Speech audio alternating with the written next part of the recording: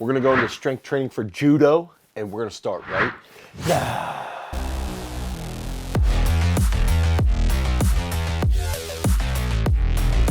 Much like every combat sport, judo is extremely complicated. There's so many different things going on. There's different energy systems that we have to be using.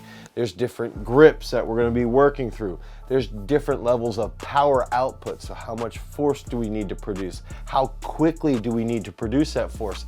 And then what's that bottom line? What's that baseline? What's that engine that's really fueling all of these different tasks? And then on top of that, there's a whole bunch of different technique that is involved. So there's a lot of complicated moving pieces.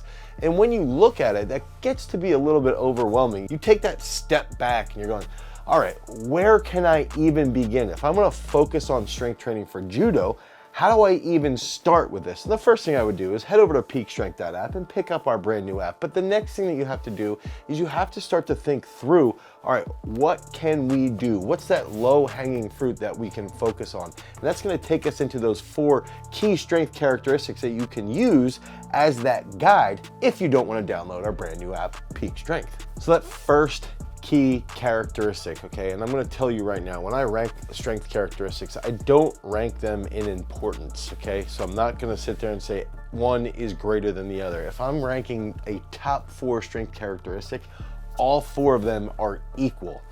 Now that first key aspect is going to be explosiveness, okay? We have to be as twitchy as possible. We have to be as elastic as possible.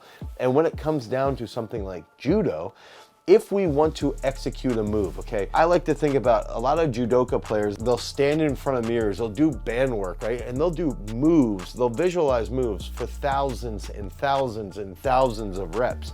Okay, they go through these sequences and essentially it becomes literally just a part of their movement pattern. It's like locomotion for these athletes, right?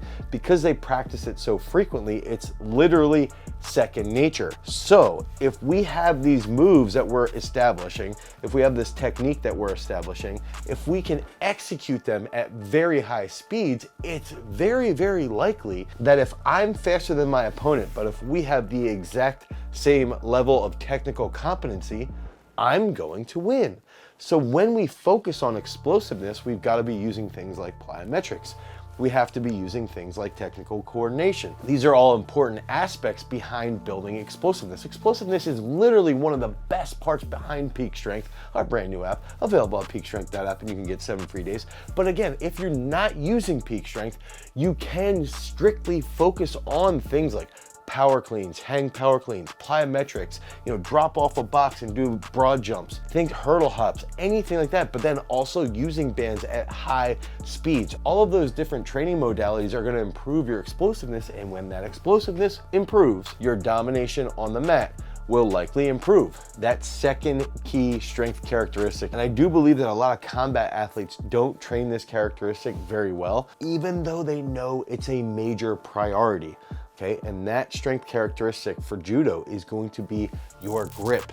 Okay, so when we're training grip, right, we have to identify every style of grip, monkey grip, pistol grip, all these things, right? All these things come into play. And then when we're actually training, if we're in the weight room and we're doing something, we might benefit from using a false grip when we're training. We might benefit with doing pistol grip or monkey grip when we're doing pull-ups. And so if we're in the weight room and we're using towels to do pull-ups, or we're using towels to do rows, or we're even pressing specifically with towels on top of that, or even a gi for that matter. And then if we can start to use our grip training in an explosive manner, okay, so now we can do things like plate flips to get that explosive grabbing, and then we can even do things like long duration grip training, so we can hang for an extended period of time with various grips. We can do things where we're training our trunk with grip-based work. So all of those things come into line, but we have to train it dynamically. We have to train the grip explosively, isometrically, with long endurance, with short endurance, with different power output, and with different types of grip specific to the technique that we need to work on. So when we're training grip, it's not just grabbing a claw, okay? It's not just going through that iron claw. It's actually using it properly inside of your periodization, and it's using that so then you can peak properly so that your grip is recovered and you know what you need to work on when you're getting into that major competition. That third key strength characteristic, and I'm gonna argue that probably no strength coach in the entire world outside of our gym is training judo athletes who are gonna be focused on dynamic trunk control. Now, one of the big factors with combat sports is that you want to have trunk control. You want to be able to control your trunk here. So if we think about our rectus abdominis, it's basically 2 sheets of muscle right here, okay? Then we have our transverse abdominis along our belly, right? Then we have our obliques, our intercostals, and then we can even start to think about our latissimus dorsi on our back, our erectors along the bottom up to the center part of our spine. All of these things control our posture. They control how we breathe. They control lumbar flexion, and that plays a major role in judo, okay? So if we're moving somebody and we're loose in our trunk, we're not gonna have that stability. We need to be as stable, have that foundation as strong as possible, so now we can move someone based off of whatever move that we're doing, based off of our own specific technique. But we need to train that dynamic trunk control at very high speeds. We also need to train it with some pretty substantial loads, like a front squat, even a power clean or a full clean or a snatch or a power snatch. We even want to do things with hydro weights, various plyometrics where we're cutting and we're doing agility based training. All of those things are training that dynamic trunk control, okay? And we need to move things at slower speeds with higher intensity, but also very, very quick speeds, okay? That's one of the big factors behind judo, behind combat sports in general, is that the speeds vary so much. The endurance plays a major role, and that's gonna take us into our fourth key strength characteristic, and that's gonna be power-based endurance. So when I talk about power-based endurance as a strength characteristic, one of the main things that I like to identify here is that I want to develop power output. But if we're doing things like explosive based work, that's gonna have us covered with that. We're gonna be doing those technical coordination exercises. We're gonna be doing absolute strength movements. We're gonna be doing plyometrics, okay? So that's gonna help us quite a bit with power output, okay, with impulse. And that's amount of force applied in a very short period of time, okay? So then we need to focus on our endurance. So we need to look at how can we improve that power endurance? If we can get a baseline, right? If we can develop with long, slow distance-based work. Maybe we get on the assault bike and we ride an assault bike for 40 to 60 minutes at a specific RPM, maybe at a talking tempo. If we can go out for a 4 to 5 mile run and it's, you know, a 10.5 minute mile each time. This enables us to get our heart rate up to 140, 160 beats per minute, and it's still gonna help us with that mitochondrial volume. If we can increase that mitochondrial volume, that's gonna play a huge role. Then once or twice a week, we want to improve our mitochondrial respiration. Okay, so then we're gonna be doing sprint interval-based training. We're gonna be doing high intensity-based interval training.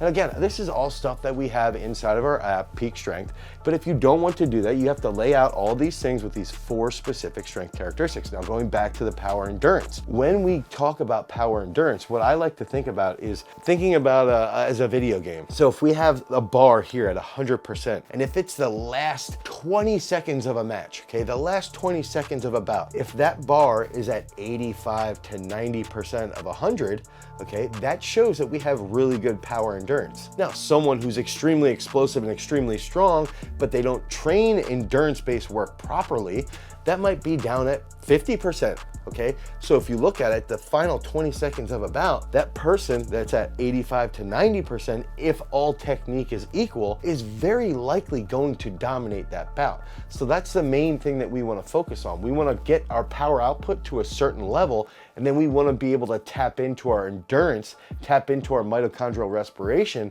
and be able to hold that at a high degree. That's how conditioning can be king if your strength work is on point and if your endurance work is on point. So make sure that you use all 4 of these different strength characteristics as a guide, okay? So we go into explosiveness, you work on your grip, you train that dynamic trunk control, you improve that power-based endurance. And if you need help with your training, head over to peakstrength.app. You can get 7 free days of training today to help you as a judo player. Because remember, if you guys want to become a champion, you've always got to cultivate your power.